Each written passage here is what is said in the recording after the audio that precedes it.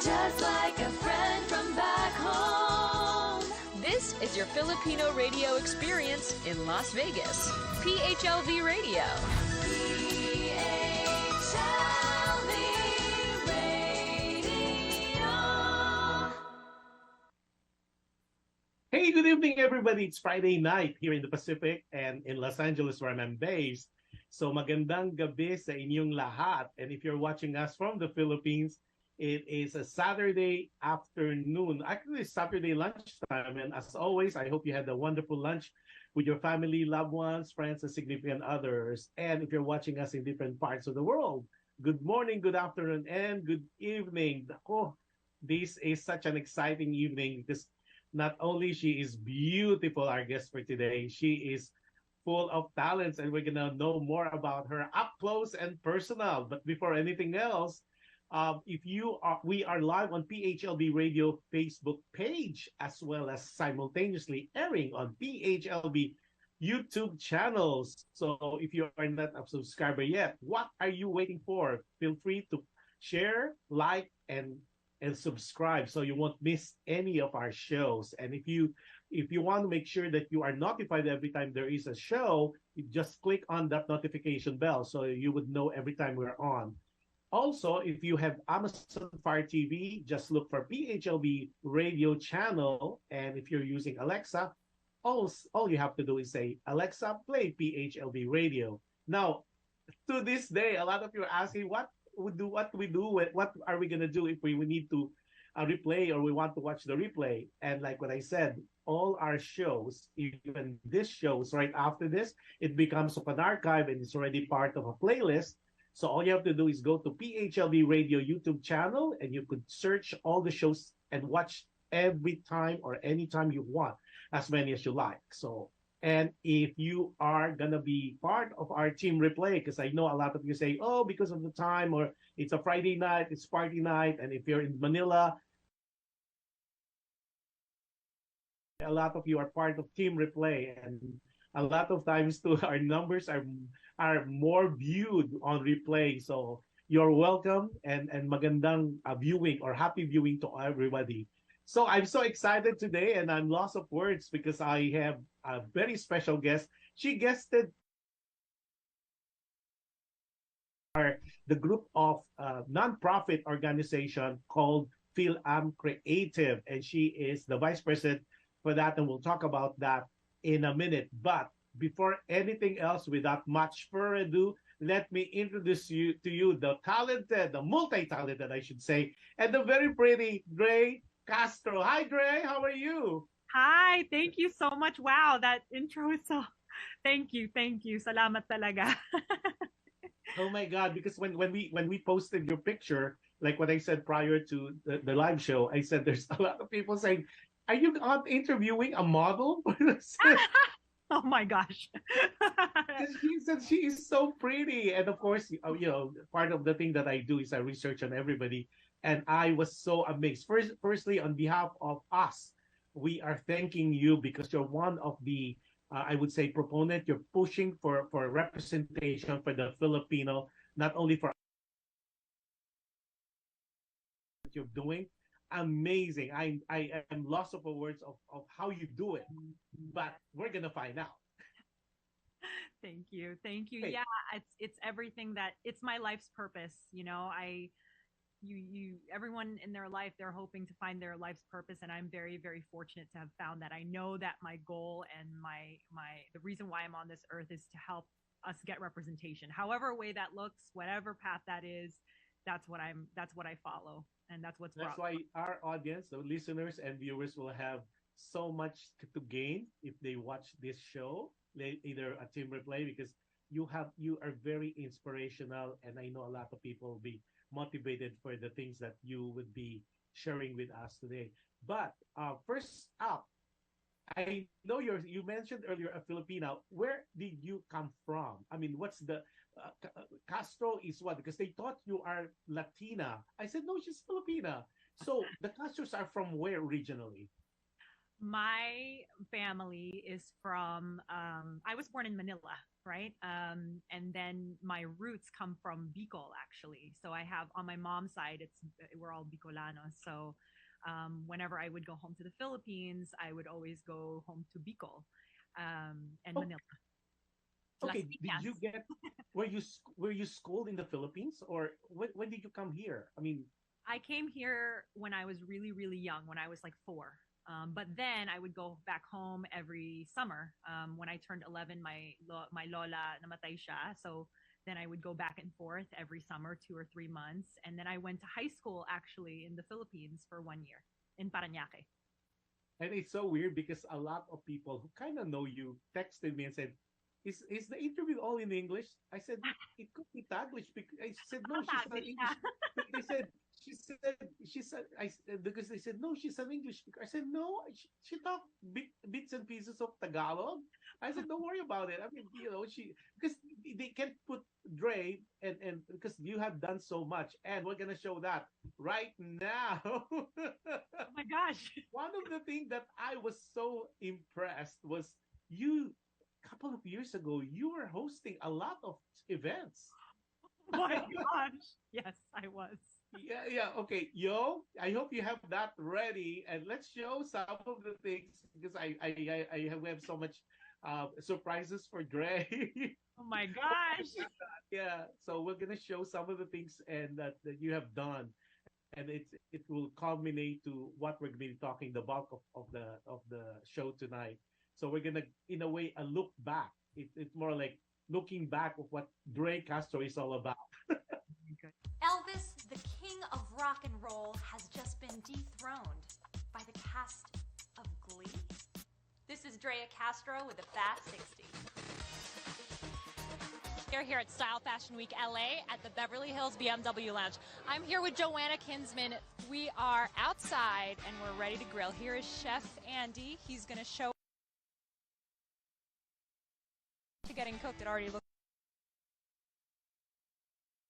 Castro, and we are here at the Miyako Hybrid Hotel at the LA Seafood Marketplace 2017. Hi, I'm Drea Castro, and we're here today at Maricomi, USA in Irvine, California. Today I'm going to be talking with Chef Andy, and he's going to teach me how to cook with miso yaki barbecue marinades. Are you hungry? Because I am. Let's go. Hi, this is Drea Castro, and I'm going to be climbing Mount Whitney, the highest mountain in the lower 48 states at over 14,000 feet. You may have recognized her from America's Next Top Model, Cycle 14, but she is here. She is going to be walking 12 runway shows this week. So The cast of Glee has surpassed Elvis Presley in terms of the most songs on the Billboard's Hot 100 chart, with Glee totaling of 113 and Elvis only 108. for these and for all the recipes we cooked today, go to the link right below and join our photo contest. We're going to take some photos and post it. And you guys better have fun and go and eat a lot of food. This is awesome. I'm here with Cash from Oichi Company Limited. How you doing? Good, Dre. How are you? Good. You have a cool name. His name is Cash. So, if you had to give some advice to a young fashion designer or somebody who wants to, introduce their line for the first time, what kind of advice would you give? I've got so many lessons that I could share with someone. My goodness. What is your ultimate dream? What do you? I know, So many things. So many successful things has already So happened to many you. So things. where else is your career going? Where do you want to take it? Well, I love modeling. I love it so much. But I've been acting a lot lately, and it's a huge passion of mine. It makes me more uncomfortable than anything I've ever done, which is why I love it. Because you should always be doing things that make you uncomfortable, because that's what makes you grow. All right. Well, thank you so much for Thank joining you, us, thank you. and thank you for joining us with LipReview.com. Absolutely.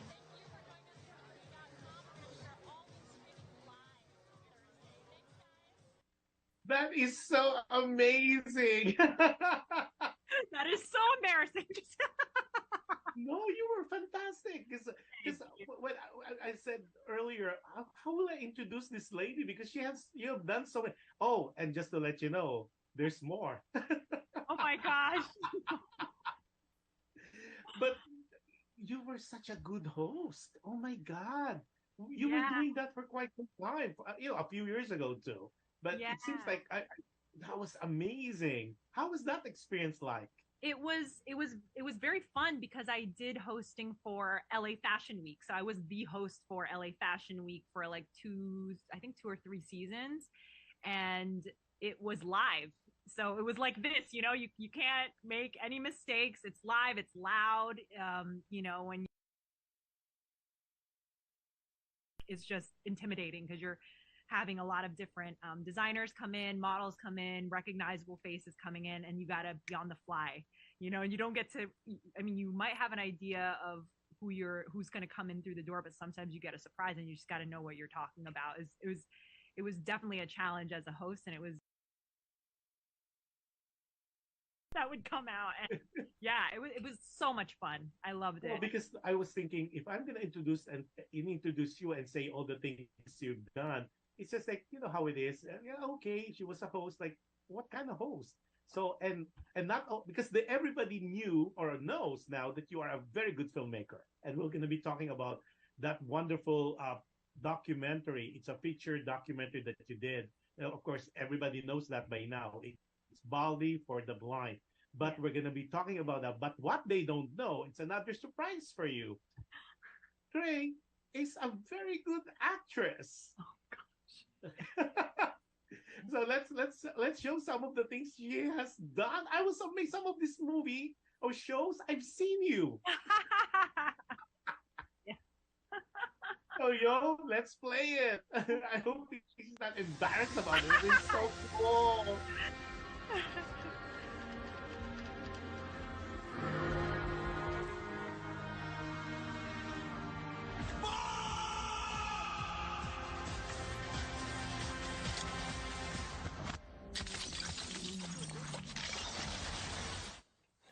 Can we just let me? Get off me! Let me Get just, off me! Let me just. Get the fuck off me! No, Get off me!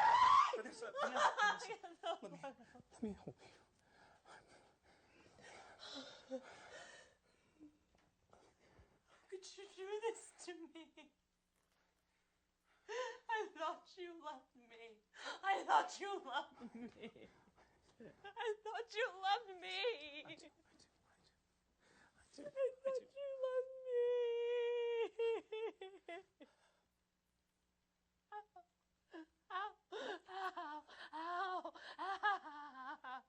How could you?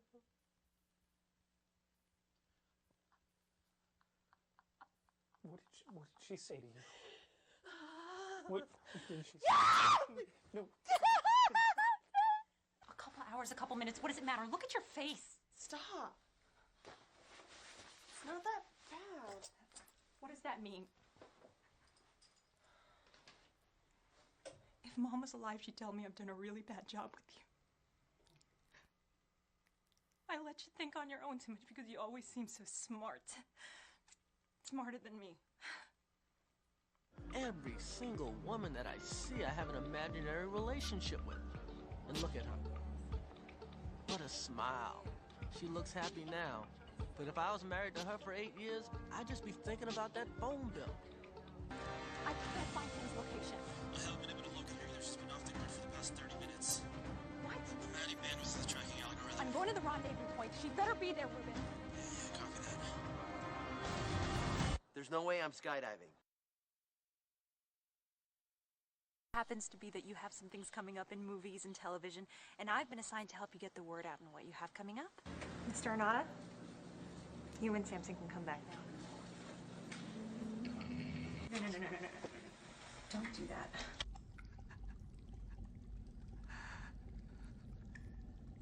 Joseph.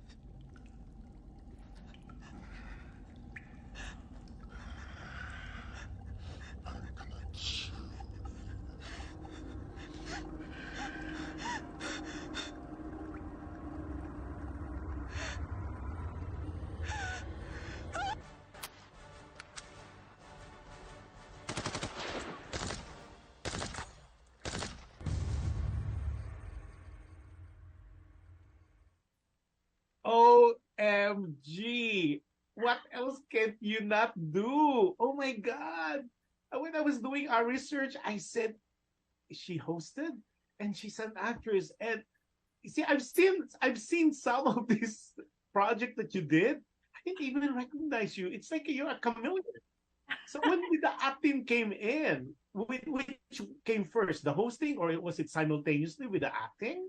Well, actually, hosting came later. That was like just natural. So, I think it was just somebody thought I could host, and so I was able to just. It was just like you should try hosting. I'm like sure, but with acting, I thought I was going to be a singer. I thought I was going to act and do that for theater, and then I was also in love with film, like with film. I was a photographer back when I was a kid. I started in the darkroom and I started with a film camera, but I've always loved both, where it was like I've always like kind of matter if I was in front or behind, it was always something I was passionate about. There wasn't one that I was like, like that I loved more. It was just I was always just telling stories and I was always directing. But hosting came later. Hosting came because someone was like, "Hey, I need a host. You should host this." And then it came naturally to me to read off a teleprompter and do any of that. Like it was just easy. Yeah. But Dre, not a lot of people can do in front of the camera and back of the camera, behind the camera. You can do what else can you not do? I can't dance.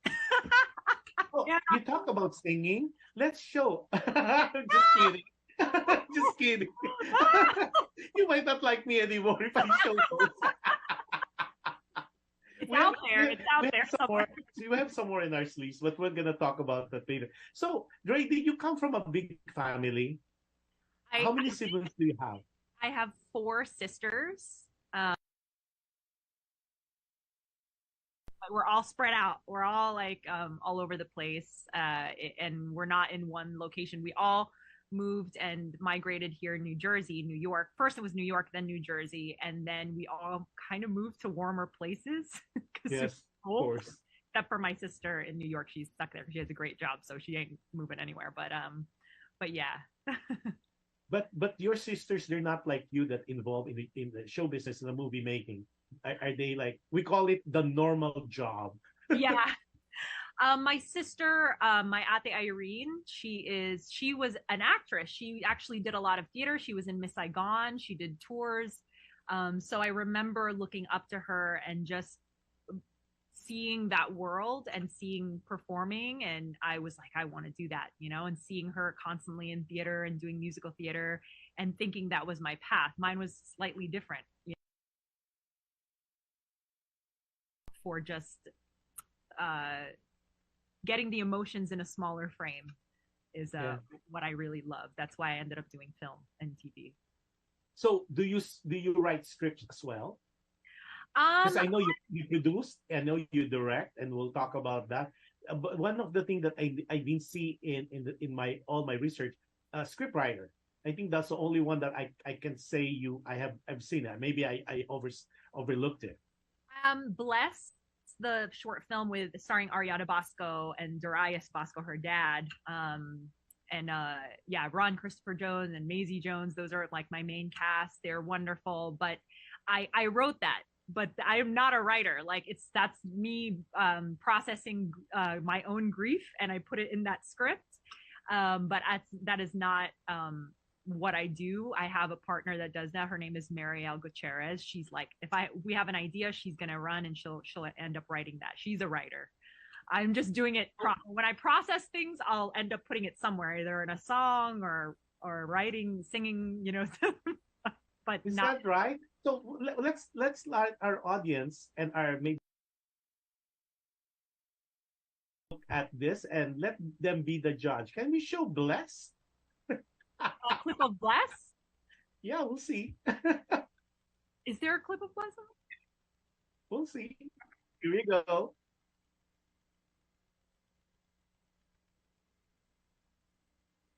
My name is Drea Castro, and I'm the writer and director of the film Bless. Bless explores grief seen through the eyes of a highly imaginative little girl named Alex. It's the blending of 2 families, a Black family and a Filipino family. And Alex, who's still struggling with the loss of her mom, really, really fights to accept the new traditions and the Filipino culture that Lolo and Jane bring into their home. It explores the the themes of grief and mixed families and trying to find commonality with each other, but it's seen through the very imaginative eyes of Alex, and everything is very much like a fairy tale. It's the battle between good and evil, and we see that through visual effects. Beautiful. I can't wait. You're scared and you thought I have a clip, huh? And I was like, where? Well, no, in my directing reel, if you see my directing reel, you'll see a little clip on there. So when is Bless coming out? We still have some shoot dates to do. We have 2 more days to just to reshoot that I have to go down. Plays the father. He is in a show right now, so we have to wait till his schedule frees up. But after that, hopefully later this year. That's what I'm aiming for. Well, I like the premise though. It's a blended family, and again, like what I said, you're one of those that really is pushing for Filipino representation. And Yeah. again, thank you, because these projects, regarding how big, how small, it contributes for us to be heard. Because that's the thing. Like when I go visit, like in my other functions, say, well, you're not as big as the. It's like we're just kind of quiet because as a culture, we're not as loud. But now, people like you, people of people in the Film Creative, you guys are making so much noise, and that contribution, like what the film, the documentary had said, it's 1 foot on top of each other or 1 foot forward. It's amazing, amazing, amazing, amazing. Yeah. So I can't wait to see Blessed in its entirety. Popped out. I said, "Oh my God, that's so cool! Yeah. That's so cool." So did you part write it? I wrote it. Yeah, I wrote it. Yeah, that one was me. See, you're a screenwriter now too. Yeah, but there's people like Marielle who just like busted out. She's like such an incredible writer. And for me, it's like that writing Bless was really just, I was going through a difficult time and I needed to place it somewhere. I needed to put it in. So yeah, but I can't wait for that to be seen on screen, on the big screen, and I think it will. There's so much lesson to be learned, and there's so much reference, and especially nowadays, we had interracial relationship in the past, but this one is a different kind of a film. Oh, we have a lot of people before we continue. Adele Ordinario is watching. Adele, I don't know where you are. I know you normally would be in Las Vegas. He said hi, Josh and Dre. Okay, then hi, and then of course Alexander first is watching us from the Philippines. Hi, Alex, and then Kenneth Lorente. Woohoo! Said Dre. Oh, Kenneth's watching. Hi, and then we have McCoy and Tradichos watching us. Oh, and then Sunny Francisco just pop up watching. See, everybody is the private message says she is so pretty. Not only she's pretty, she has so much talent, you guys. It's unbelievable. thank you. Okay, now there's this one film, but I know you've done so many in the past, but this one was really much talked about, and I know you had a premiere, I believe in July 2nd at the world famous Man Chinese Theater. Yes. And then after that, you have another premiere with everybody. It's a sold out event. I think it's like 40, 50 seats. And right there, we're showing it right now at the Warner Theater. Yeah, we had our premiere at the Chinese Theater in Hollywood, and then right after we had a big after party at Warner Brothers. So it was 450 people plus, because it was sold out, and there was standing room. People were on the side of the theater, and I was like, "What is happening?"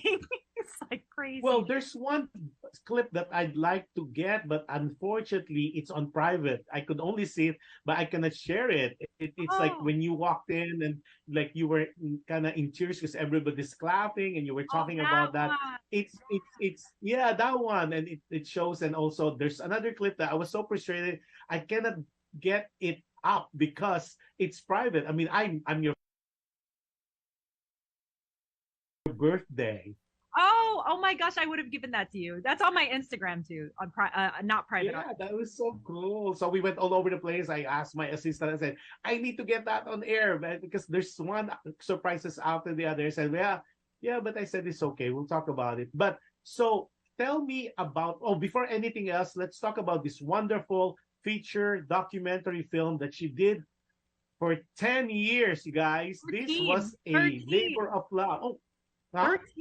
13 years. 13. Oh my God, 13, because I thought it's 10 years because you started in 2010.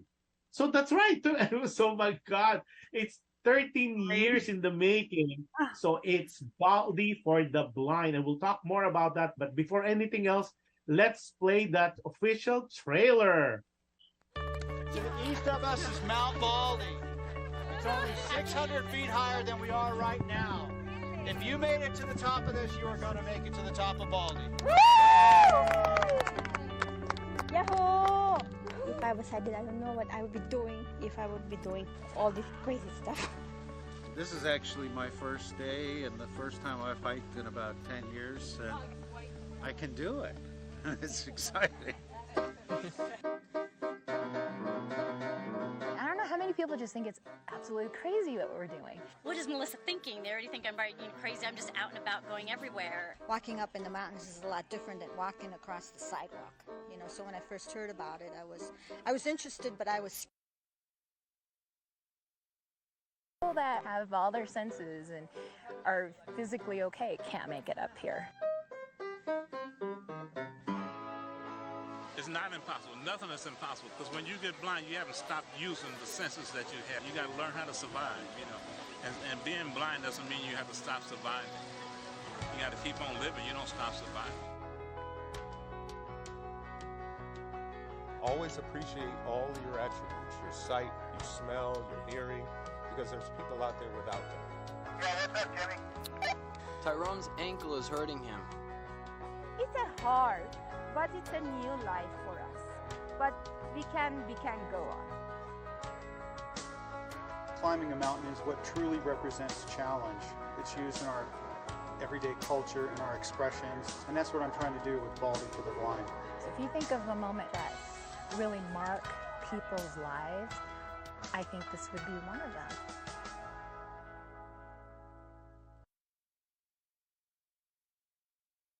This is such an inspiring documentary or film, or call it whatever, but it moves people. I mean, it moved me. It's just, you know how sometimes we take things for granted. Yes. And one of the on that clip, they said it's crazy. It is so crazy because I know Mount Baldy. That's where I go for skiing. I mean, I have full faculty of my senses and all, and it was so difficult. So tell me, I know it's been said and you've been interviewed. Where did that come from? I know the first thing that you mentioned in my research was at first you were a sight guide.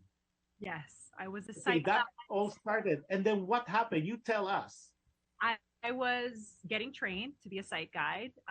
And I just remember realizing how hard it was. They blindfold you and you have your person that's like guiding you, and then you change, like the other sight guide will then get blindfolded and then you're leading them. And I just remember, man, I was like, this is so hard. It's like this little tiny hill, you know, and what's that like? I was curious. I had this curiosity to find out more, and I was getting like pulled to tell the story. Something in that moment was like, you should ask the hiking leader right now if you can tell this story. You're not a filmmaker yet. You don't know. You kind of know stuff, but you don't yet. You know.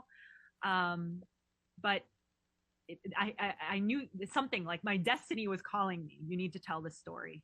And I remember calling Chris Lynch over, the hiking leader, and I said, "Hey, is anybody filming this?" He's like, "No." And can we film it? He's like, "Absolutely." And then it got bigger and bigger and bigger. And I thought it was going to be this little tiny thing. And then it turned out to be this massive feature that would go on for over a decade.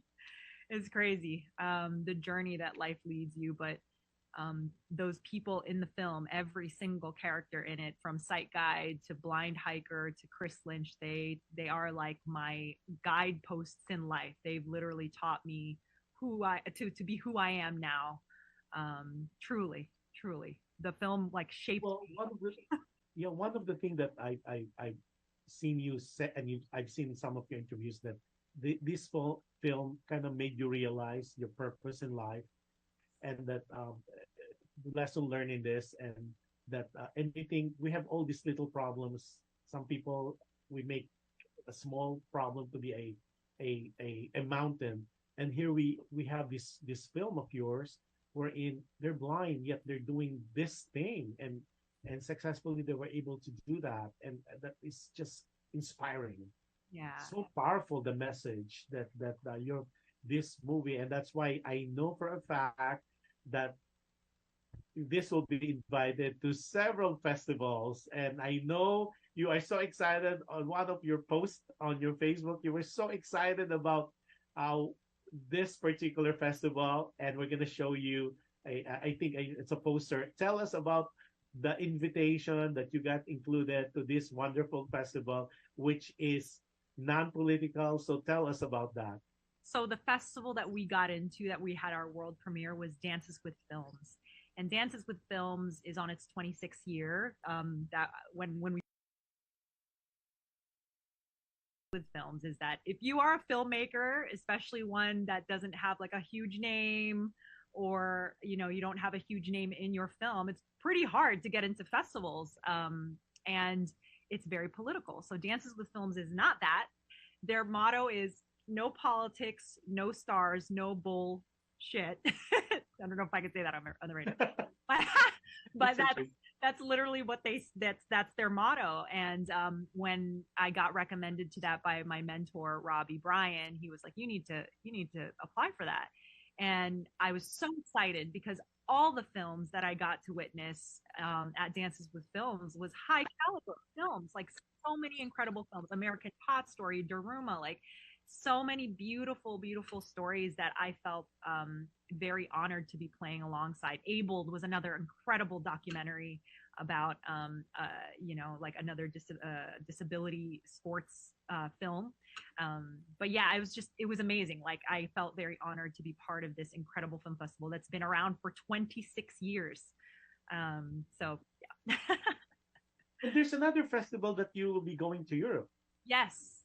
So I got into the I Will Tell Film Festival. It's an international film festival that actually has several film festival locations. London. Right there, we're showing on screen. Yeah, London, Birmingham, Bristol, Florida, and Trinidad and Tobago. So that's really exciting. And what's cool about them, they're on their was inspired by this young girl called Anel, who was from Mozambique, and she wanted to tell her story about like authenticity and simplicity and about just the simple things in life. It just felt like in line with Baldy for the Blind. Like that's literally what my whole thing was. It's a very simple story, and it's about the everyday man. Tell International Film Festival was like right in line, and so that was something I really wanted to get into. And my family's in London, so it's like I'm so excited to see them. So I applied for every London film festival. Are amazing, right? So are you planning to join all these festivals and make the festival rounds? Is that part of the goal? Yes. So this is what I keep telling people. This should not be kept a secret. Yeah, no, it's my goal is to get distribution. So I'm in conversation. Do I keep going on the festival route? Do I keep submitting? Because when you submit, it's that you have 18 months pretty much like of the life of a film festival. So once you start, Dances with Films is my, the first of that 18-month round. And then, you have an option to just keep going until like the life of the film is over. And the film festival round. So now I'm trying to decide, do I continue or do I do distribution and go wide? I would love to do like to get a distributor that would allow me to do, like a wide release in a theatrical or any limited theatrical release at all, because then more people would get to see it, and then eventually do like a streamer. That's the goal. So if there's anybody out there that wants to help me with that, hit me up. Well, you never know. Sometimes the stars aligns and the planet aligns, and I know you can share or not. Are you thinking of submitting it for the Academy as well? People have talked to me about it. Like several people came to me about like, hey, you should do an awards run. And I was like, what do you mean? Like, and because I was just hoping that 450 people in this theater would like it. They did. So I don't know. We'll see. It's hard. It's hard to do the awards run because you're competing against like Netflix, you're competing against these multi-millionaire people that have a lot of marketing power and money behind getting their stuff in the awards run. And so I'm an underdog though, and I've been an underdog my entire life. So who knows? Maybe people will root for the underdog. And you never know, Dre. You never know because I think it's the message. Like what you said, it's the message so powerful. And I film buff myself, and I have never seen something like this. Oh, thank you Yeah, so much. so it's fresh. It's inspiring. I think the word is inspired. It's moving. It's you followed 11 hikers, blind hikers, and it's there's a story in itself, and there's a narrative already. 13 years in the making. Imagine that alone. People be attracted to how did it come about? Why did it take 13 years? What was the outcome? I mean, it's like people's lives. 13 years from the onset to where it was. And that alone is a story in itself. So I think it's something to consider. I'll pray for it though. Pray for me. Because you might bring the first Oscar for the Philippines. Wouldn't that be amazing? And it would be so amazing because not only would it be our representation for the Philippines, but for the community. Because we're Filipino, right? We understand what it's like to be ignored. But the disability community is even more so. They don't have a voice. Like they are ignored in their lives many times. And it's just like I want them to have a voice. I want people to see their story. Like it's so important to me. That's literally like my life's purpose. I'm here to give people who don't have a voice a voice. Right. Yeah. So remember, and sometimes we call them the invisible people. Remember, like when people see them on the streets, they try to avoid it like a plague. And it's right, not. and it's not. They're the coolest people. I love that. They're the people that I call and like we'll chat for like hours. They're so much fun. They're like, we're on hiking trails. Freaking Odette like cooked me a meal. Like, come on now, people. Like they're just like me and you. And any one of us can join the disability community at any point. At any point, something could happen in our life, and we are part of that community. So, like, I think that's what my film shows you. That we walk a very thin line, and at any point in our lives, like that could happen to any one of us. So it's like you have to appreciate what you have, and then if you are going through adversity, there is another side. There is something further than what's in front of us. Like there's you will get over that mountain. You just have to keep going, one foot in front of the other. Honestly, that's what I got from that film. Because remember, after the pandemic and all these little problems, businesses dying, friends, acquaintances, and you think that life is so dark, so bleak. Baldy for the blind, like they have supposedly special, it's a handicap. Had a goal. It was, you think it's so impossible, but they did. They did it. It's just, they're very able. The disabled community is actually very able, and even more so because they like Jojo. I don't know if you remember the character of Jojo. Jojo shows everybody like she's been blind her entire life. She's like, oh yeah, I did like the 26 mile LA marathon. I did beta breakers that marathon. I've rock climbed. I've sailed, and I'm like, I haven't done any of those things. So it's just perspective, right? And so they taught me a lot of perspective. They taught me a lot about resilience. We are resilient, and life can be not like these people have like just flowers and butterflies everywhere. It's not. It's hard. Life is hard, but you have an option. It's like what Odette said in my film. You have an option. You can choose to be happy, or you can choose to be sad. And she wanted to choose the happy path. And that's why it's a perspective, it's a choice, and you just have to think about, look at these people with what they're having. It's just the way they have a goal, and they want to reach that goal. And look at us, we have all the dramas, and we think that our lives is so difficult. It could be, but it depends on how you look at it. It's Right. like, guys, if you have not seen Baldy for the Blind, I don't know where to say it now because it was playing for a while, Soon but release, eventually, theatrical release. That would be awesome. when is that gonna be? So what's the plan on the showing? Because some of my friends, I told them about it. They said, "Where is it showing?" I said, "Let me ask the filmmaker." I want to get a limited theatrical release. In order to get an Academy run, to get even eligible, you need 1 week limited theatrical release for 1 week, 3 times a day at a major theater, commercial theater. So New York, LA, Miami, I think it's Chicago, like any major city. So that's what I'm trying to figure out. Do I do that, or do I continue the festival run? Does it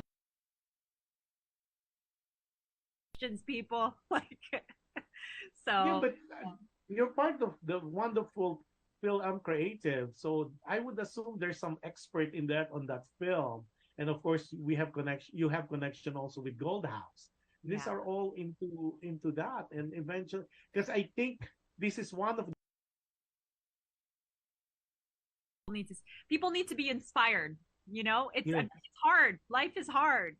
But I think my film is that feel good movie to remind us that it will be okay. That it's also okay to, like, process through your grief, process through your sadness, process through life being hard, but know that it will be okay. And that's what I think a lot of people, even after my film, people like took me out to lunch and were crying, saying, "Hey, I was going through something, and your film made me realize that it's going to be okay." So I hope that that's what my film, like, people get to see it, and it will be an inspiration in that way, that we're resilient. We are resilient. and we're showing the poster of the movie right now. But guys, it hopefully it will have a theatrical, even though if it's gonna be limited. Try to watch it. This is such a powerful film that you guys need to see it. It's so inspiring. And when I was reading, why did it take you 13 years to finish this film? And one of the things that I'd like to ask, what was the challenges? Because normally, you know how it is as people, when you do a project after a year, 2 years, it's not done, you kind of abandon it and you don't visit it anymore. So what made you go to finish this film, and why did it take 13 years? When you see an independent film, a truly indie film get finished, it's like a miracle because he had gone through so much in order to get that happen. If it's not financing, it's through like a crazy crew, or like not having the right editor. It's just so many challenges. And for me, as a documentarian, the average time of a documentary is anywhere from 5 to 6 to 7 years, right? That's an average time of a documentary. And for me, it was more than that because I was by myself. I didn't have a team. It was just me. And I would go from editor to editor, an editor that would get excited about the possibility of doing a documentary that's of this subject matter. And then they didn't realize how hard it is. It's hard to put a documentary together. You don't have a script. You're making it. You're creating the story, and you could go a million different ways to tell the story. Finding the right people for your team. And eventually I found Matt Zimmel, who was my co-editor, and him 7 years together to the finish line. It was hard, and I went through so many challenges with this film, so many challenges. And at first I wasn't an editor at the beginning. And then by year That's 6, what I'm gonna ask, because you mentioned that, like, oh, right, you know by how year to 6, edit, I and became you an have to editor. learn it. Yeah, I learned it because I had to. I had no option. So by year 6 or 7, after going through so many editors, I was like, you know what? I'm a great editor now. I learned the craft. So I became the editor for the film, and Matt and I were co-editors on it. And it was, this film was edited, just him and I, that's it. Nobody else, no other team members. That's why when I saw the clip of when they showed it, when they premiered it, and you were like in tears, and when everybody was giving you a standing ovation, and right after the film, and you were wearing that red outfit of yours. and your expression cannot lie. You were amazed, you were surprised, and you were in sky heaven, the cloud nine. If there's a cloud 10, because the reception was so nice. Yeah, we're showing some of the beautiful reception that you did. Yeah, So how was it like? How was it like seeing your after 13 years? You finally watch and you saw the people's reaction on I would say a baby that you cuddle from age 0 to 13 years old. I was panicking. I was panicking. I was like, I was sitting there. We came in from taking photos outside, and then we sat there, and then the title came up, Baldy for the Blind, the beginning of the film. And then I was like, I can't sit here. I got up and I was like, I can't sit in this crowd. This is either going to go, like, this is going to be a disaster or this could go really well. And I wasn't sure because I never saw more than like 2 people watch this with me. So imagine 450 plus people. So nervous. So then during the film, people were like clapping, people were like laughing and crying, and so I was confused. I was like, oh my god, people are reacting. It was a beautiful moment. And then at the very end, when the standing ovation happened, I was like, my heart was like pounding because I had no idea that people would react that way and that people would be moved that way. And I knew the power of storytelling, but I didn't know until that moment really what it meant. When people came up to me after the film and hugged me and was crying, when a blind man that was not part of my film hugged me and said, I feel seen, and those moments were like, I'm going to hold that forever. And I could make a bajillion other films and do that again and again. But those moments I'm going to hold on to because that's when I knew, like, wow, this is the power of storytelling. This is how you can change the world. Yeah. Yeah, because Ray, I've seen so many documentaries, so many films. This one hit me differently because I watch Dead Poet Society and it like made me a better student. Every film that I watch that means a lot kind of changed me, and some of the interviews I felt the way you said it kind of changed you. It is so powerful. It kind of change you. It kind of give you a different perspective. Like whatever comes your way, whatever problem, you don't have to like kill yourself and be so stressed and like it's the end of the world because there's this wonderful documentary called Baldy for the Blind. Baldy is a Mount Baldy, you guys. It's a mountain. It's so symbolical because you know how sometimes you and then here's Mount Baldy, and then you're trying to reach to the top, to the summit, and I am so lost of a word. You tell it better. Remember how was this plan? Like, okay, the mountain would represent problems, and then you have all the challenges. Was this, I mean, that's how I get it without you telling it. Like when I was watching the movie, I said, "Oh my God, it's so symbolic." Yeah. Everybody has their own mountains that they're climbing. Every single person. It doesn't matter if you're a little child, little like an older person. Everyone's going through their own mountains. But when I filmed it, I wasn't even thinking about that because I had no idea who these people were yet. Imagine like the first time I'm doing that Chantry Flats, that first hike, the first training hike. I didn't know where I was going with this, and that's what's the beauty of documentaries. It kind of brings you on your own journey. And at the end, I realized that when you dig deep enough, that everyone has a special story. You just have to listen. People need to listen to each other more. People need to like ask questions and talk to each other more and be open-hearted a little bit more. That's also what this film taught me, was that you have a story that you're going to relate to. And I saw some teamwork there, the camaraderie, and then setting goals and just following. Be a turtle. Forget about what other people are saying. When they say you cannot do it, just go plug along. Because if you know in your heart that you could do it, just follow your heart. And those are, I mean, there's so many things about this movie, and I'm not gonna discuss all of it. I will leave it for our audience. Hopefully, it will have a limited theatrical run, so it will be considered for the Oscars. And I cannot I'm gonna manifest it to see you on the stage accepting something for documentary, the Oscar for document. Now imagine being a female, a Filipina, an Asian, winning that. That will be historical. Yes, yes, that would be amazing for so many, for the people of my film that never thought at myself, who I never thought anybody would listen to me. Like, you know what I mean? I didn't know that the things that were important to me would matter to so many people. I didn't know. So Now, Dre, is this something that you're planning to show in the Philippines as well? I would love to. I would love to. I need to kind of figure that out. It would be so amazing. I wonder if it would be received well. That's I would love to show people in the Philippines for sure. I think it would be really special.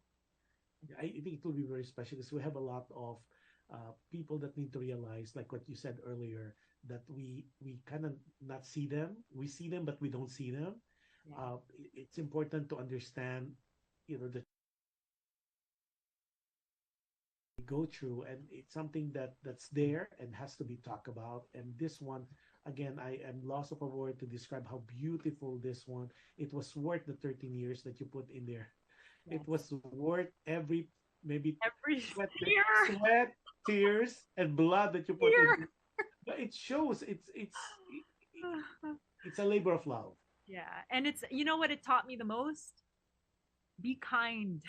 Everybody just needs to be kinder to each other. Everybody just needs to be kinder because you don't know. On my film, the subjects in my film said, "Hey, I didn't know that." They said, you taught me that maybe I should listen more. Just, and that's the thing. Like, people kind of just live their lives in our own little bubbles, and we don't realize, if we just pay attention to each other, how much our hearts could just be so much more open. But yeah, that's what this film is. Well, one of the character, I forgot. I forgot. And then lost his sight. I mean, it's just, how sometimes, like, we lost something, and then this one, he was not blind when and then he was an architect. Yes. Architect. Yes. Imagine. Yeah. Because sometimes, especially like when it's an inborn, you cannot understand. They have no knowledge of how beautiful life is, and how sometimes we take things for granted. The green leaves, the pristine person who used to see. Yeah. Lost it. Yeah, a lot of them actually. A few of them were able to see before. So, but being a painter, a visual artist, and then losing the sight. And I remember Ward saying something interesting to me. He said, first, there are a few things he said interesting to me. It didn't make it in the film. He said, I used to look down on people that would just do abstract paintings. When I was a painter, because I would draw fine lines and, like, and then being blind, that's all he could do. So now he had this new appreciation, and it helped him kind of like be open to things and be more understanding of things. He also said, I asked him, I was like, what do you dream? Do you still dream like in full color, like as if you can still see? And he's like, yeah, when I dream, it's like as if I could see from before, like everything. Wow. And I was like, wow. I also asked Melissa that, and Melissa said, Melissa became blind later in life, and she said, yeah, I remember my aunt's house, and I would go, I think it was her aunt. She's like, I would go to my aunt's house, I could still see it in my dream, and we're there, and where's Jojo, who's been blind her entire life? I was like, what do you dream, Jojo?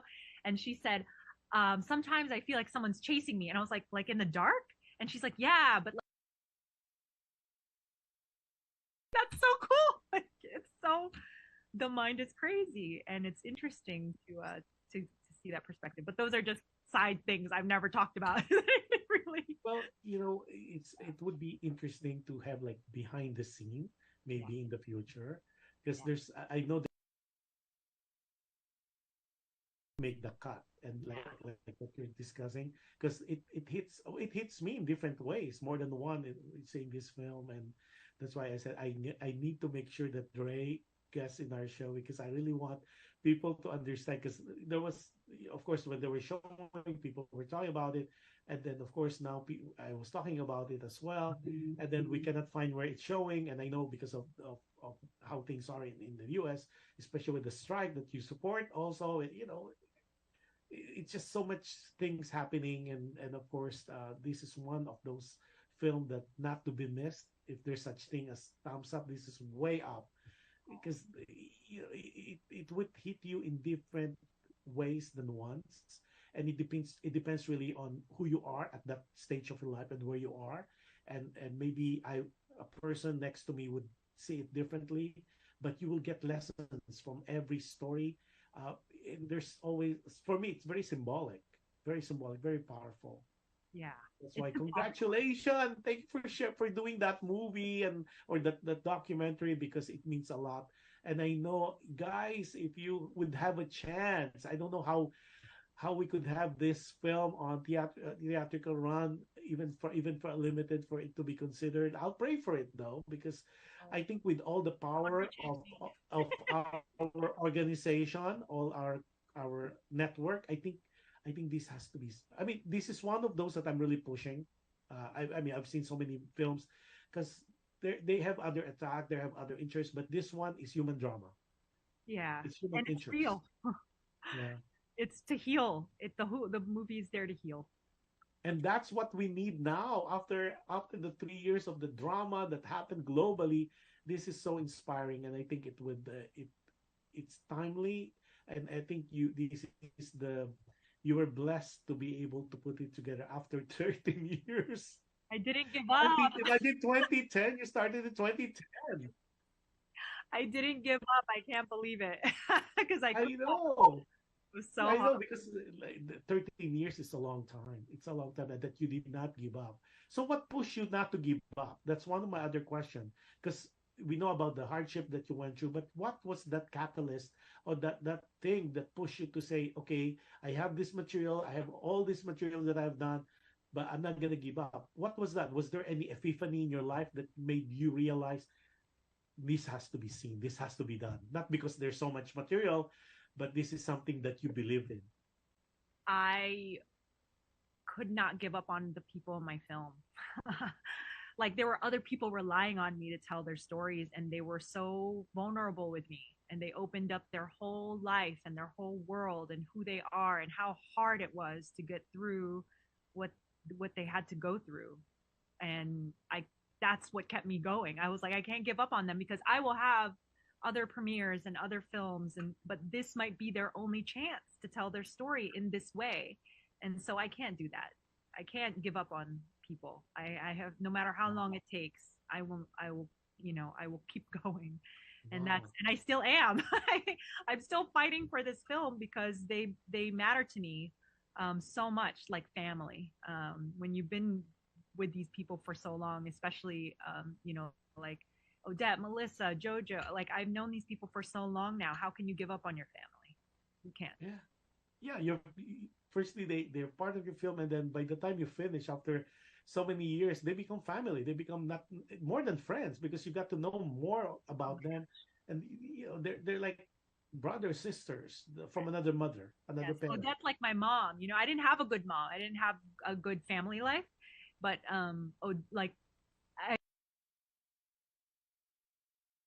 something, right? So Odette was like the mom I wish I had. She lost her sight because she had gone through a C-section that caused this dormant gene to come alive. Like, imagine having an infant and then going blind, but she kept going, and she was this incredible mom. She's still this amazing mom. So she's the mom I wish I had. And then DJ's like my fighting spirit. DJ was like this funny, like, fighting person who would never give up. That's me. So it's like every single person was someone that I looked up to, that I wanted to be like, or who I wish I had in my life. David, like the love story we've always wanted, like some people that don't give up on each other, sickness and health, So yeah, that's really a vision of me. I know everything, every people. Now, my question here is, are you happy with the outcome, or if as a filmmaker, because I know I've talked to some filmmaker in the past, sometimes you see the end product and you said, oh, I could have done more here, I could have done that. Was there any particular on that you said, oh, I think I could add more here, or maybe I should edit it here? Or are you very happy? I mean, of course, maker, you guys are very, I would say, nitpick on Oh, the film. Or if you are allowed to change it, to re-edit it, would you have done it differently? I could re-edit. I have re-edited this film a bajillion times. Let me tell you, I literally, and I love notes. Like I literally asked people after the film already premiered. I said, "Do you have any notes for me?" Certain people I went up to and I said, "Do you have notes for me?" Because I'm willing. I don't care. I don't have a very big ego. I'm literally like, give me all of the notes so that it's the best product that it can be. And even myself, like if I had the opportunity, if it wasn't 13 years old and these people still look the same, like if we were still the same age, like and the same, like circumstance, I would probably film more stuff, but I don't have that option with a documentary. It's 13 years old. So I had part of me that had to let it live in its time and let go. And that was part of like like, I think last year I was like, let it go, Drea. You can't film it again. Like it's over. Like, Well, there's always a continuing and saga on and following them for the next maybe a next 5 years on what they have become. Right? Yeah. I mean, they'll do a TV series. There you go. No, but Kenneth Lorente said, proud of you, Dre. Yeah, I'm so proud of her as well. Then Evelyn Aguinaldo is watching from Torrance, California. Lisa Isagan is watching us from Houston, Texas. And then they're all PMing me, private messaging, like, where's that film? Is that being streamed on Netflix? Hopefully.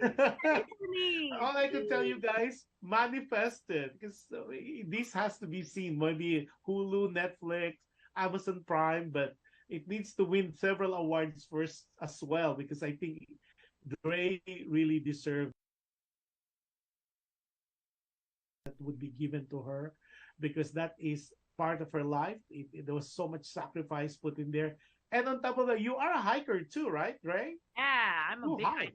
I hike all the time. I just came back from Mammoth hiking around the lakes there. So I'm a camper. I'm like, if I wasn't like a filmmaker, I would not be here in LA. I would definitely be in the forest hiking and camping, living out of a van probably. Like it's. And then one of the things too that you mentioned in one of the interview I watched, you said that when things go chaotic in life, then you hike. Oh yeah. Take us there, because I'm not a hiker. I could barely do a trail. But what was that?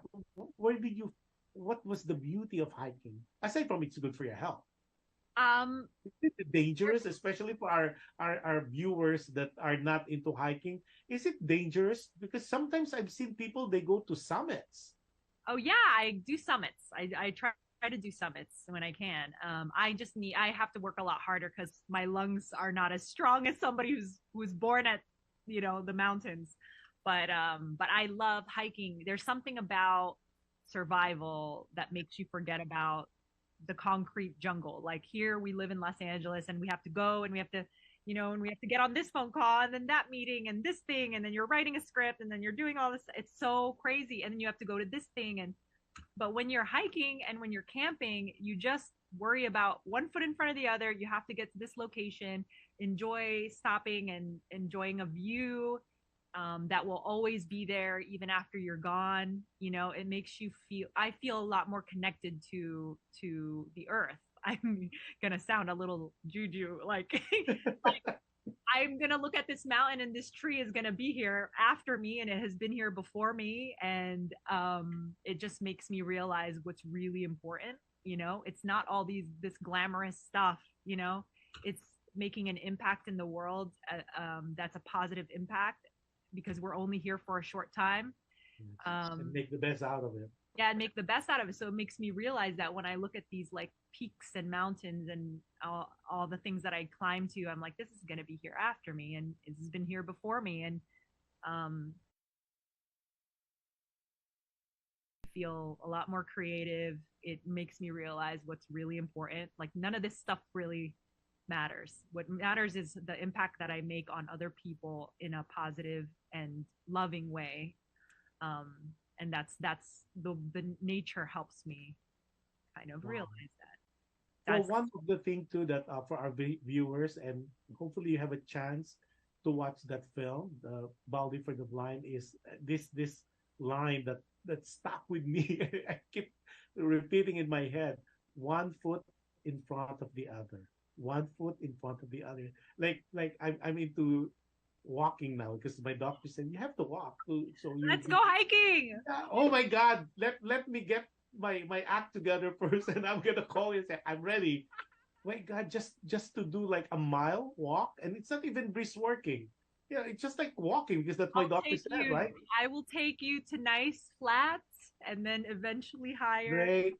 I keep repeating in my head. That's why I got it memorized. Like I drag my feet inside the 1 foot after the other, 1 foot after the other. And you're so right. By the time I keep repeating this, I call it my mantra. I'm already on the other end. So I say, I'm gonna tell Drea about that. 1 foot after the other, 1 foot in front of the other, 1 foot after the other.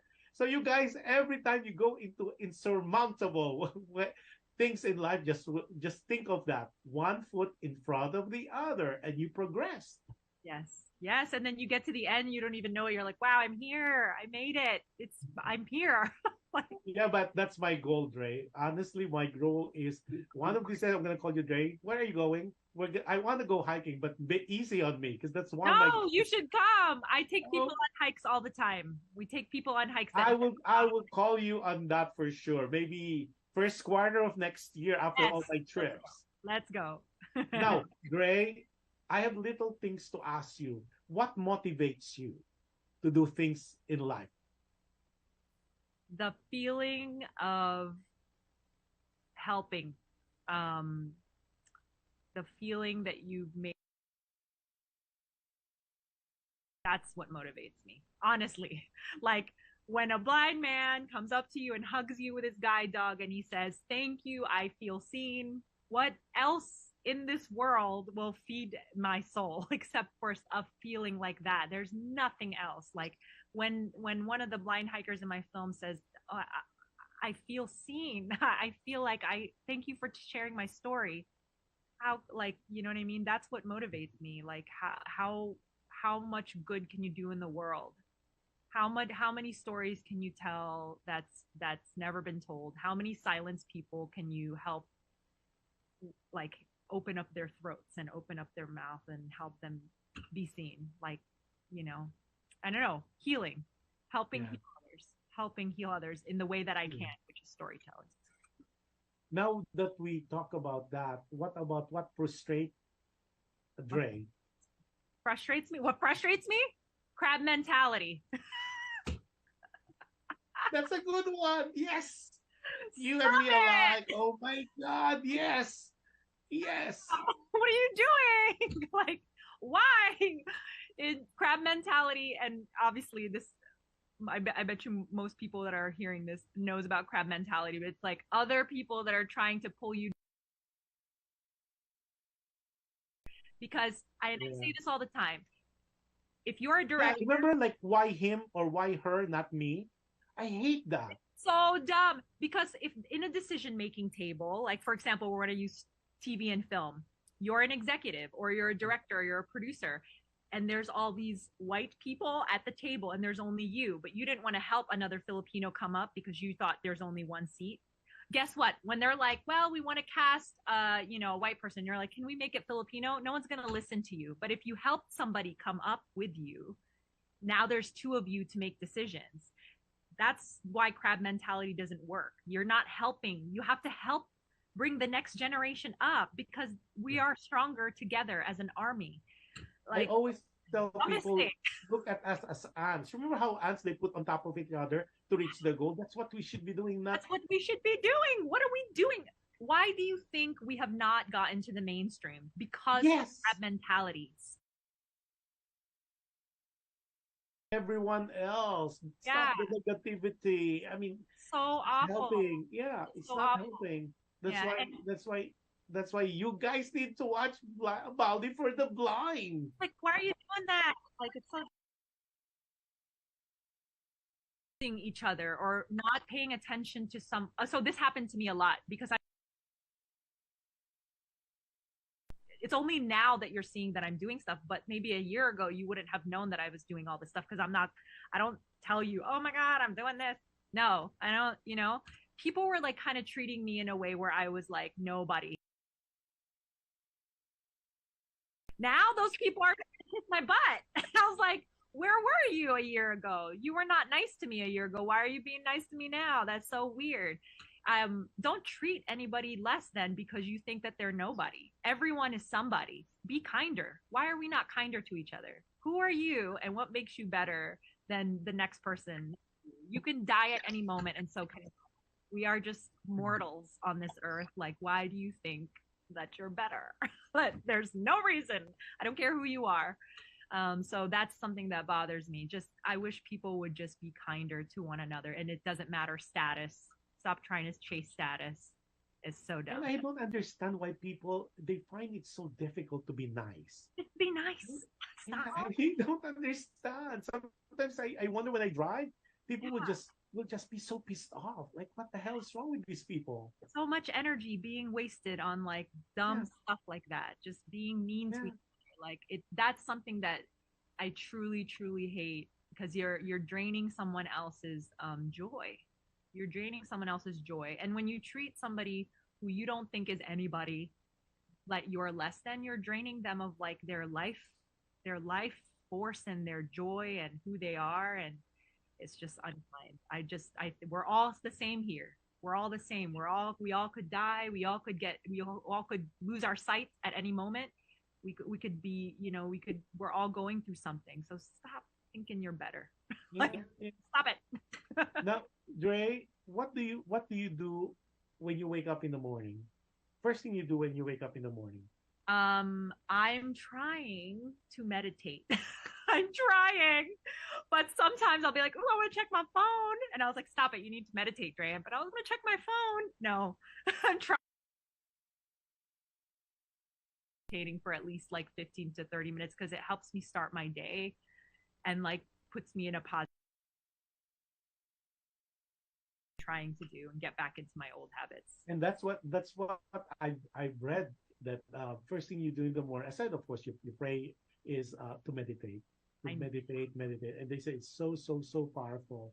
And I think maybe our viewers and our listeners should kind of read into that because I think you need to have some calmness in your world too. Yes. Because the world is crazy already and it's so noisy already as it is. So you need some calmness, calm and meditate on positive things. So when you wake up in the morning, the whole day would be positive.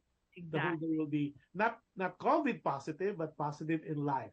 Exactly. And setting like an intention for the day. You are living an intentional life. Just today I'm doing this positive thing, or I'm grateful for this. It starts you off in such a positive way. So I'm trying to get back into that old habit of mine because I'm telling you, that premiere threw me off, man. It was crazy and busy and like every day was insane. And now I'm like, Drea, you were celebrated for sure. You were. Everybody that I got to know after all the other interviews, I said, to me, I don't even say it's a documentary, although it is, but I say it's so powerful. I have never seen. So, Dre, aside from what we talk about, you as the filmmaker of that film, what lessons did you learn for yourself in creating this film? It's worth the struggle. Like when you want something really badly and you see the goal, no matter how long it takes you, you just got to keep going, and it's okay to struggle.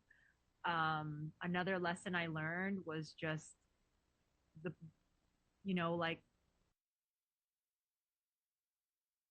to drown out the noise, because that was the thing that happened like during the premiere and stuff. There was a lot of noise, a lot of noise, a lot of positive. There's some like, you know, just confusing stuff, but it's just you just have to keep remembering your purpose.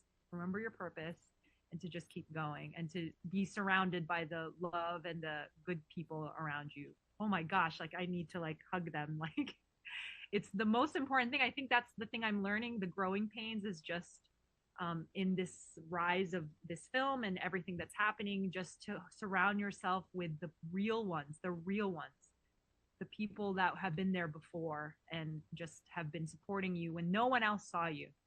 That's the people you want to keep them around you. That's one of the biggest lessons I've learned so far. And you know what's exciting with all what happened to the economy? There's an attention now for Asian film. Look at Michelle Yeoh. I mean, I never knew it will happen in my lifetime. I know. A female at that, and an Asian winning Best Actress, and a movie anywhere, you know, at once. I love that movie. Oh. Yeah, I mean, when The Beautiful Life, remember, Benini, when it won, I said, okay, now there's a possibility of a independent film winning the Best Picture, but it's still European, right? Yeah. And then when this one, I said, oh my God, it really opened doors. It really opened doors. That's why I'm excited for this film, because one, female, Asian, Filipina, and a very, very powerful film, you know, a documentary.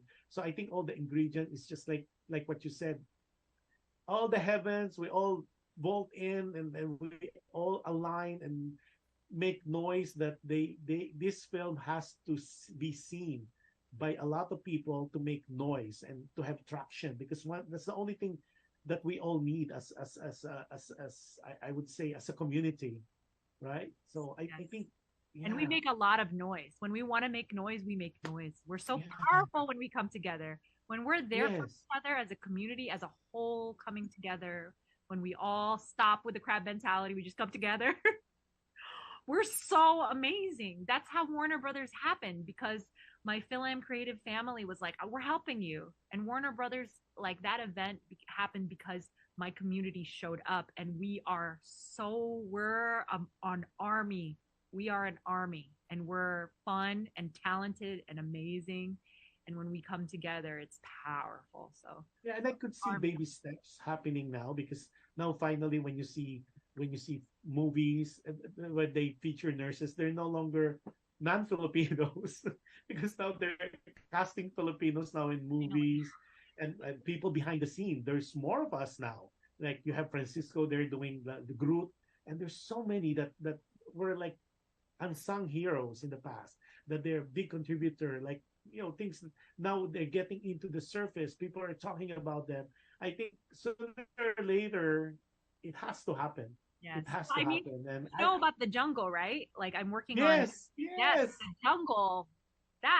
When that series takes off, it's going to be amazing, because that one is a series about Filipinos throughout different portions of Filipino-American history, and it's an anthology series, and we touch different portions of different time periods, and that will employ so many of us. I know. Like, such a huge thing. It's written by Marielle Gutierrez, my creative partner. I freaking love her. She's just such a powerhouse writer and showrunner. She's so good. But when we finally get that off the ground, and I'll show you after this some of the clips that we have. I hope so. Now, what about, you mentioned in your, because I'm friends of yours and I follow you on Facebook. That's why I got to know more about you too, aside from the research I did. There's a big news that you're supposed to share with us, but yeah, because you produced that, right? Yeah, I produced the film Pergies, which is written and directed by my dear friend Robbie Bryan, who is an incredible filmmaker and one of my mentors. Actually, I freaking love him. I've known him for like 20 years. And Arnold Chun. I can't I'm not allowed to say where it's premiering yet, but it's premiering somewhere in Europe at this awesome festival that we were hoping to get into. But yeah, that one's coming. So that is the big announcement because you're so excited, like, yeah, you can believe it. I can't wait, but we can't say it yet because we can't formally announce it yet. Pergies. Yeah, we saw at least I tried to research on that. That's the best I could come up. It's a poster. Yeah, and like Richard Reel is such an incredible actor. Like working alongside with him, he was in Office Space. Like I was such a fan of his work. But yeah, he's incredible. He kills it in that role. And then I don't know if you guys are familiar with Arnold Chun. He's incredible too. He's oh my god, he was in The Man in the High Castle, which I was such a fan of, and he plays such an incredible, like, vulnerable role. So when he came in audition for us, I was like, he's the guy, we need to get him. Arnold is fantastic, another really amazing actor and filmmaker. But yeah, Pergies is amazing. And I'm also producing another thing with Robbie, a bigger feature film called Black Hat. And yes, I heard about that. And yes. I was looking for some materials on that online. Didn't see it. I didn't Not see yet. nothing. I mean, there's some you talk about it. Yes. And it's, in some of the writings that I read, but nothing. No trailer. Nothing. Not yet, because Black Hat is. We have an actress, a big actress in the Philippines. I'm not allowed to say who it is yet. Of course, yeah. Let's keep it a secret for now. Yeah, secret for now, but she's amazing, and I'm so excited to have her. And then we're now trying to cast the main character, the one that would play her daughter, and the grandfather character. So we're in casting at the moment, but that one's going to be a big one. Also directed by Robbie. That one's a feature film.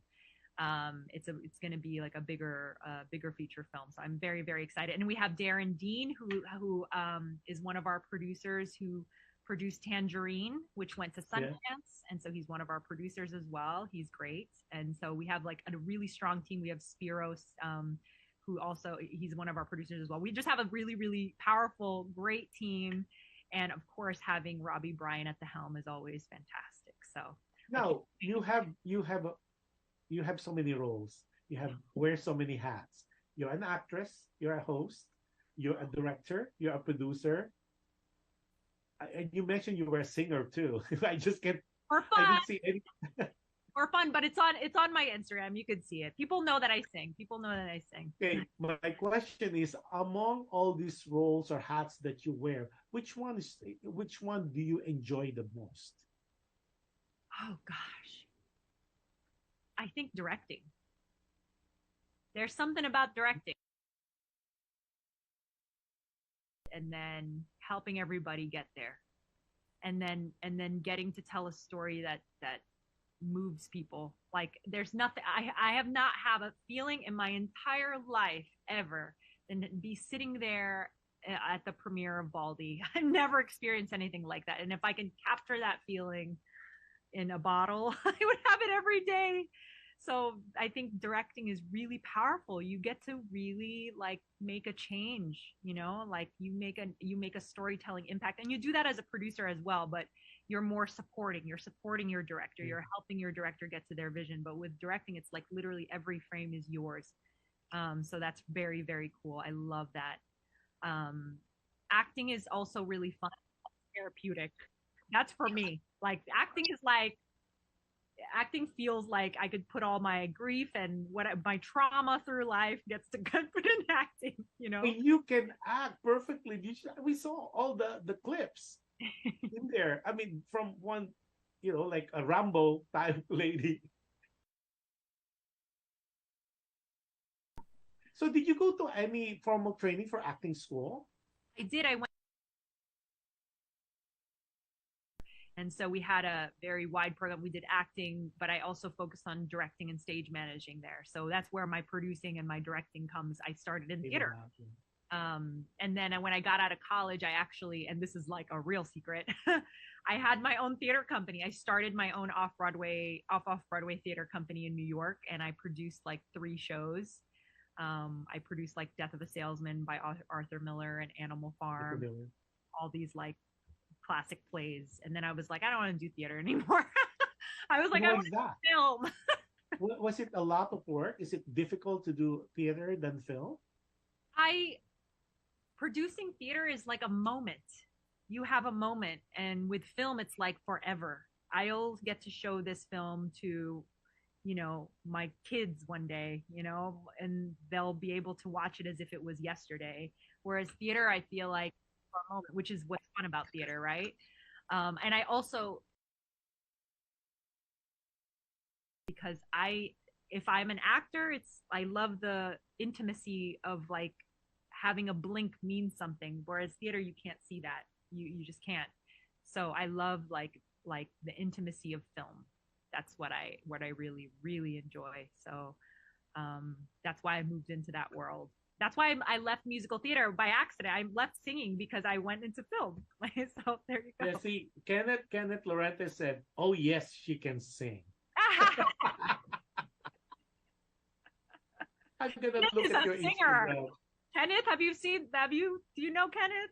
You need to No, interview. but I will definitely look him up and He's see. amazing. He's Really? been singing. Yeah. He's an incredible Filipino singer, and he's been touring around and singing and gotten some awards and stuff. Like he's incredible. Oh, Kenneth, wow, Kenneth, I will look you up and I will definitely invite you to guest on this show because Great. we love to hear people, regardless, because it's important that we showcase the talent of the Filipinos. he's Because incredible. Oh my gosh. Yeah. Such an incredible singer. So Now, what projects or films would you like to have? Given, okay, forget about the financing, forget about whatever, like dream projects that you would like to do. Forget about assuming you have a financier, an investor, but it's just like a dream project that say, okay, before I pass on to this world, this is the project I want to do. it's the jungle. The jungle. Wow, you're doing it already. Yeah, but we got to get to the point that it goes mainstream. So we're in development and we're shooting like the short version of everything, but we need to get that picked up because if that gets picked up on a major mainstream level, which is our goal, then it will provide so many jobs for all of us. And then people will actually see us, see our stories, see a brown Filipino face on TV with our stories, with our history, our rich Filipino American history, because we've been here for so long. We've been here for so long, and yet no one really. That would be interesting. That would be really interesting. No, what's the timetable for the jungle though? Huh? The timetable? Well, we have to film I am going to London, but I'm gonna be filming in September a few of the exterior scenes, and then we'll be done with that short, and that will go on very big desks and hopefully go into the film festival route.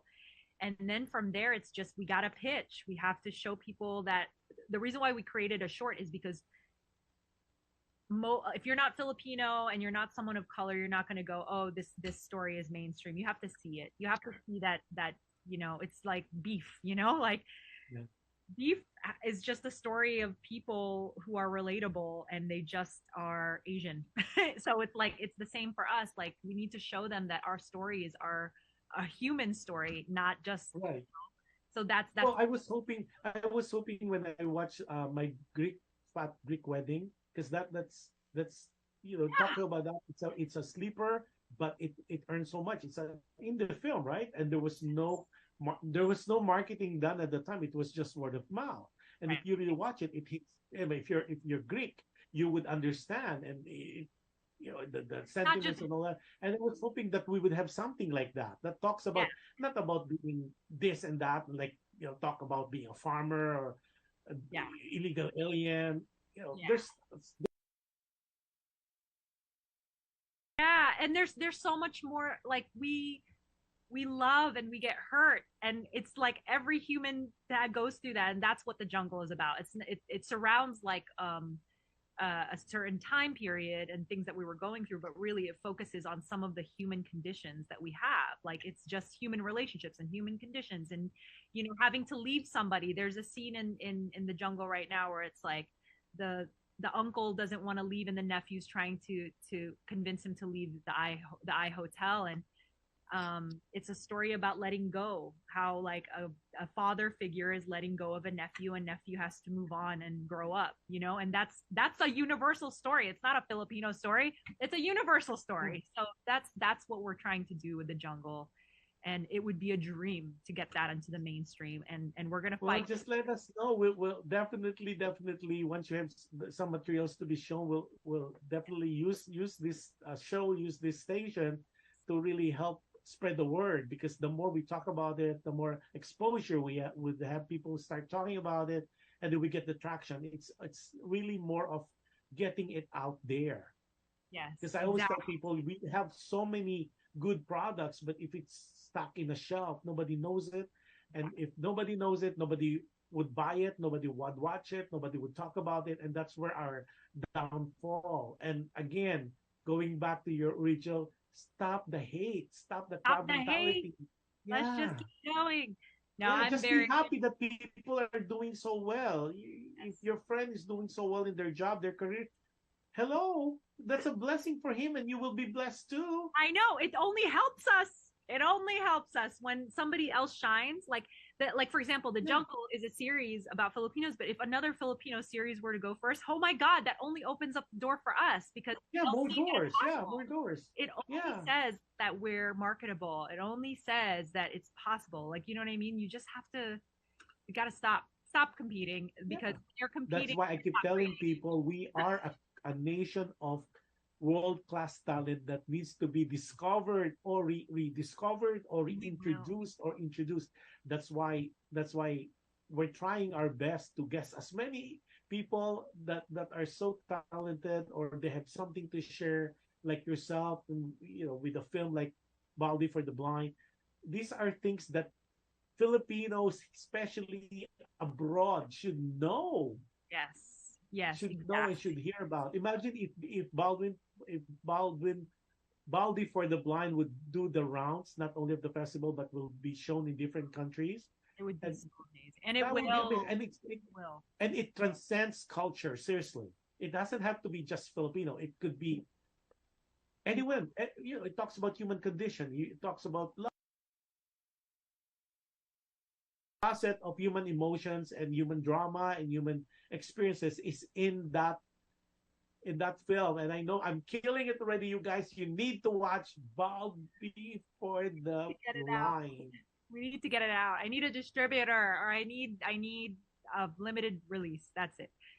And that's what is needed to be considered for the Academy, right? You need Was there any time limit for that? Like it has to be shown in a certain time? Well, we have 2 years, so 18 months, right? So within the next 18 months, it needs to have a limited theatrical. I think. What I heard is just for a week. If it's Oh shown. no, yeah. You need 1 week theatrical, limited theatrical release 3 times a day, with like I think a 6 or 7 p.m. showing. So I was looking up some theaters here in LA to see the cost, but yeah, we just need like to get that out, and then that would qualify us, and then from there, marketing push. So we need. If this is going to happen, it's not going to happen because I'm backed up by a studio. It's going to happen because my community shows up for me, and it's a grassroots. Right. That's it. And then the disability community shows up, and it's a grassroots thing. It's that. And to be honest, when we posted your poster, they were sharing your guesting tonight. Yeah. They were sharing, and then they were telling me, we're posting this, we're promoting this. I said, oh my gosh. So they said, they put likes, and they were sharing it in their website, which is so amazing. That's amazing. Now, Dre, aside from the things that you have said, what legacy do you want to leave behind? What legacy? If I can make an impact in our community so that we are seen, that's it. And if I can help, because I'm also trying to start a studio with Marielle. We're trying to start a larger studio. That's like the bigger goal, where the studio we're helping produce other people's content, including our own, and then start a mentorship program. If we can do a mentorship program where Filipinos and education, oh my God, then I had left that's the legacy, like making the next generation of creatives and helping them achieve their dream. And they get to change and impact the world the way that we're trying to. That's it. That's it. And getting it to a high level. Like, that's my legacy. That's what I want. I want to help the next generation I want to mentor people. I want to create a mentorship program that will help create the next generation of Filipino and Southeast Asian creatives. And partly that's what you're doing now for Film Creative, right? As a vice president for Yes. Yeah. Yes, I want to do that, but I want to do it at such a high. I want to create a studio that will like make such an impact where they can't say no to us anymore. That Filipinos, they can't say no to our content anymore. That's what I want. That would be such a fantastic dream to be realized. It's gonna be real. Yeah, I don't give up. Yeah, of course, and it has to be one foot in front of the other. I'm very now. Who is Dre when no one is watching? When no one is watching, I am playing with Twinkie, my dog. I am cooking. I love to cook. I love like hiking. I'm a hiker. I'm in nature a lot. That's who I am. Like, truly, like I'm just like trying to be at peace with myself, trying to calm the anxiety of like wanting to move fast and get things done. When I'm by myself and nobody's watching, it's just trying to find the peace of like being present in the moment and enjoying the present time. So yeah, the little things, trying to stay present as possible and working hard to stay that way. If it's playing with my dog or cooking or hiking, if that's the way I need to do it, then that's the way I'm going to So how many times a week do you hike, or it depends on your schedule? Depends on my schedule. I try to hike at least once a week, maybe twice a week. And do you go all over the place? Like you go to the Hollywood Hills and all that? I usually go when I'm here at home. I usually go to my hike in Glendale. I have a hike that I do in Glendale, and it has a bench, and I journal, and I read like like a special book, or I meditate. That's like what I do. Like, honestly, when I can. If I don't go out in nature for a little too long, I go a little crazy where I'm like, I feel out of sorts. You get your energy from nature. That's awesome. Yeah, it's literally like I'm a mess because I feel like there's a lot of noise, It's just a lot of pressure, a lot of noise in what we do, and so grounding is important to me. Yeah, grounding is important. But well, Dre, how do you want people to remember you, or how do you want to be remembered? I want to be remembered as someone who is trying to be kind and make a positive change in the world. That's how I want to be remembered. Well, before we end, what is your message to people, your supporters, your fans, your friends, your followers?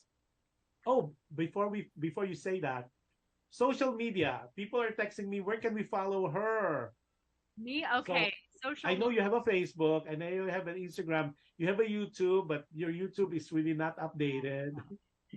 But if you want to know more about her, she has so many characters. There's so many monologues there. She did so many characters there. I said, if I put it in there, we'll have like 3-hour show. But believe me, this lady is oozing with talent. Not only she's very beautiful, and now you could tell she's beautiful inside out. And on top of that, if you go to her YouTube channel, it's not updated, but she has so many acting pieces there. It's amazing. Go ahead. Firstly, Facebook. How can they follow you? Facebook, Drea Castro.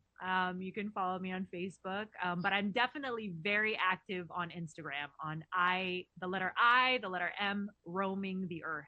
I am. Yeah, see, that's the thing that I would. Yeah, that's right. See, we're showing it on Follow me screen. there. I'm most active there, and I definitely like DM me, man. Like, I don't know. We're showing everything there. Yeah, and if you want, like, if you need any help, like you need, like, you want to like learn stuff, like, and I have the knowledge to do that, I'm always open. I mentor people. I love doing that. You know, if you want to help me, find distribution, contact me, whatever. But I'm a very, like, you know, open person. I have an open door. I try to help as much as I can. You know, you have to message me. I love helping the next generation. I love, like, connecting with others. And if you like to join her on hike, just let her know. But make sure you're physically fit first. You don't want to pass out because hiking is not easy. You know, trekking is not easy. Listen, I'm gonna help you. We're gonna go, Josh. Okay, we're gonna You go. promise. I will take you on that offer. I swear. I will call you one of these. I'm ready. I could do a mile, 3 miles hiking. I could do that. That's But easy. I definitely. Yeah. Now, for your TikTok, I know you do have a TikTok. I do have a TikTok. I think it's like roaming the earth. I don't use my TikTok as often, but it's either I'm roaming the earth, same thing, or roaming the earth, one of those. Yeah. Already texted me. Why is her handle? I am roaming the earth. Is there a story behind that? I was like, I love travel. I'm a travel. I mean, I got my my Instagram following because I posted a lot of travel stuff, and I grew my account because I would talk very personally about how travel really such an important part of my life. And so I would, you know, I would post about that and people started following me. But and then I also, so eventually that became a podcast, and I had my own podcast called Roaming the Earth. And I wanted to connect with other travelers and get tips from them on where to go in the world. And yeah, because I broke my foot and I had nothing to do for like 3 months. So I started a podcast. So, and I didn't break it hiking. I broke it in this room because I have stairs here, and I broke my foot here. Anyway, it wasn't through hiking. So I started a podcast that was great, and I met a lot of people, a lot of really awesome travelers. Amazing. Where do you find time to rest? I don't. I don't. Well, actually, for the past few weeks since I got back from I went to Mammoth this weekend, which is like the mountain region in the Eastern Sierras here in California, for my birthday. So I've been, Drea, you need to get more rest. So I've been trying to go to bed earlier. Wow. Wow. It's about time too. After going to all these activities and all these festivities and all the press releases and press conferences, and you're showing up Baldy for the Blind. You deserve all the time to rest for a little bit, and then you go back to work for the Jungle, and then of course Bless. I can't wait to see Bless. I think I the one that I've seen it. I think there's so much potential in that. I'm so excited to see that, seriously. And then message to your friends, supporters, and followers. I mean, it's cheesy, but don't give up. Just keep going and find your support group to help you keep going. One foot in front of the other. That's it. Doesn't matter how long. I love that. I really ahead for the longest time. One foot over the other or in front of the other. It's amazing. That is of all the things that I mean, there's so many said in that in Baldy for the Blind, but that one resonates so much for me. Yeah, it's true. And also find the good people. Find the good real people that see you before anybody. Which is so tough. I know. Great, that is so tough to do with all the noise, the hypocrisy and the noise and the jungle out there. Jungle. Yeah, when you find those friends, keep them. Those are keepers. Yeah. Those are people that you would take the bullet for you. Ben Bulletow, he saw me before anybody else did, and Ben was like, "Let's work on stuff," and I said, "Sure." Yeah. Like he didn't even know. Yeah, you have the people in Film I'm Creative that I met. They're amazing people. That's why I tried to guested you all. I mean, there's only limited time because I have like 10 people at one shot. So I told Mark, everybody has a story to tell. But I said one of the very first that I'm going to invite is you because of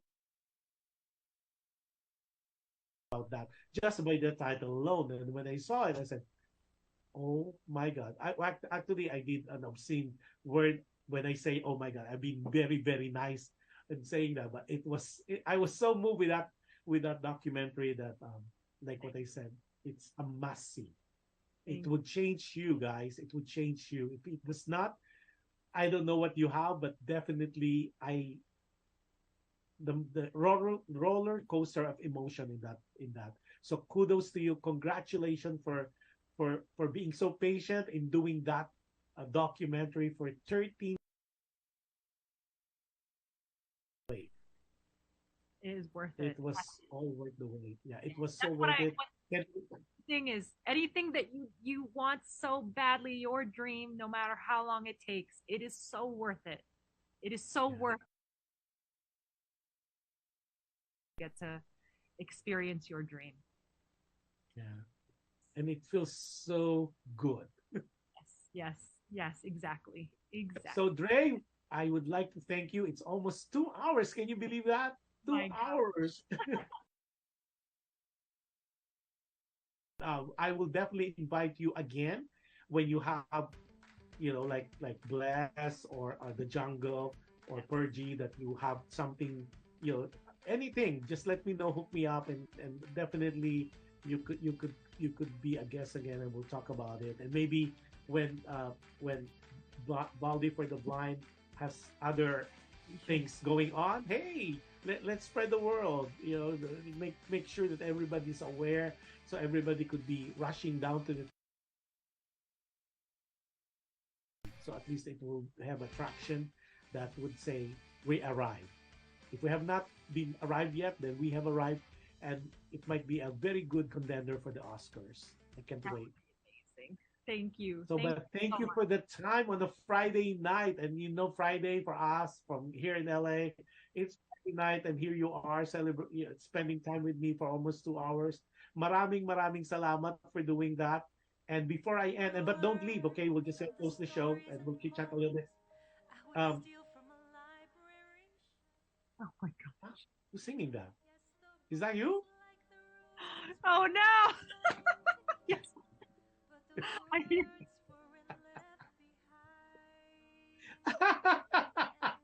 Found it. we started with a surprise. We're ending with a surprise. But before I end all my shows, I always remind people to be kind. You can never go wrong with kindness. And any act of kindness that you do to one another, it will come back to you. It's guaranteed it will come back to you in different times, in different forms, with a different person. And we are hearing a background of Dre singing. I already think I embarrassed her enough already, so I'm gonna let her go. So you guys have I have a show again tomorrow. You have a wonderful day.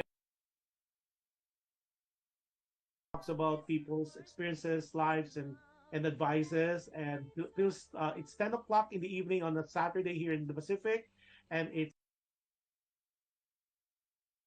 you are, and if you're in the Philippines, it's gonna be 1 p.m. on a Sunday. So if I don't see you, you have a wonderful, safe weekend, whatever is left of it, and you have a wonderful, safe next week. And enjoy, you guys, and God bless. Don't go yet.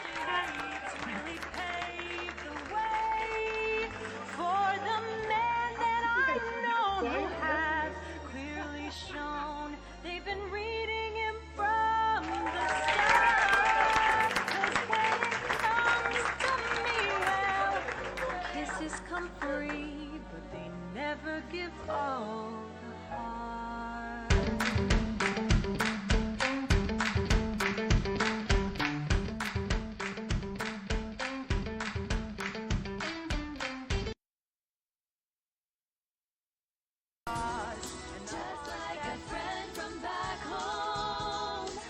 is your Filipino radio experience in Las Vegas. PHLV Radio.